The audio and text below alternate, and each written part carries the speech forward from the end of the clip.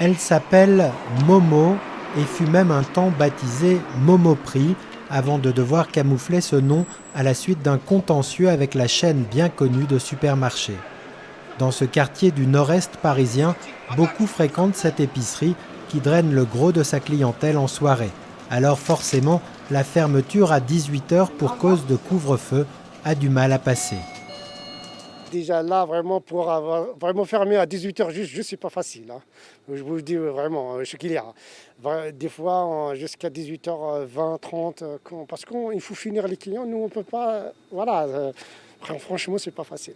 Car en période hors Covid, l'épicerie ferme autour de minuit. Avec un couvre-feu à 18h, elle est ouverte 6 heures de moins chaque jour et surtout doit fermer aux heures où elle fait le plus de chiffre d'affaires avec une clientèle parisienne habituée aux horaires décalés. Il y a un chiffre qui est vraiment moins par rapport à avant. Moins. Ça nous représente à peu près quand même moins de 50% quand même de chiffres. Hein. Moins, ouais. Parce que nous, on travaille plutôt le soir à 18h. Ouais.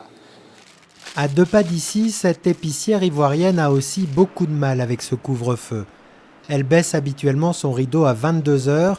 La fermeture anticipée lui enlève donc 4 heures d'ouverture en soirée, son créneau là aussi le plus lucratif.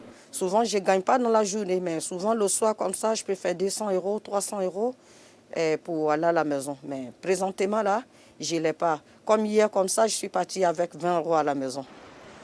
Qu'elle soit tenue par des Arabes, des Indiens ou des Sri Lankais, c'est un peu partout le même son de cloche. Parfois, les gérants ont du mal à cacher leurs larmes. Là, dans la rue, il est rien. Tout le monde est parti à la maison. C'est un problème. Il y a beaucoup de loyers, il y a URSSAF, il y a des impôts, il y a travailler quelqu'un. Ce n'est pas chômage partiel parce que j'ai travaillé. Les clients aussi ont du mal à s'adapter, car à Paris, ces épiceries dites de quartier restent encore nombreuses, même si elles souffrent de la concurrence féroce des supermarchés citadins. C'est plus possible de venir 2 fois ou 3 fois dans la même soirée. Là, je viens de faire les courses, il est 18h tout à l'heure.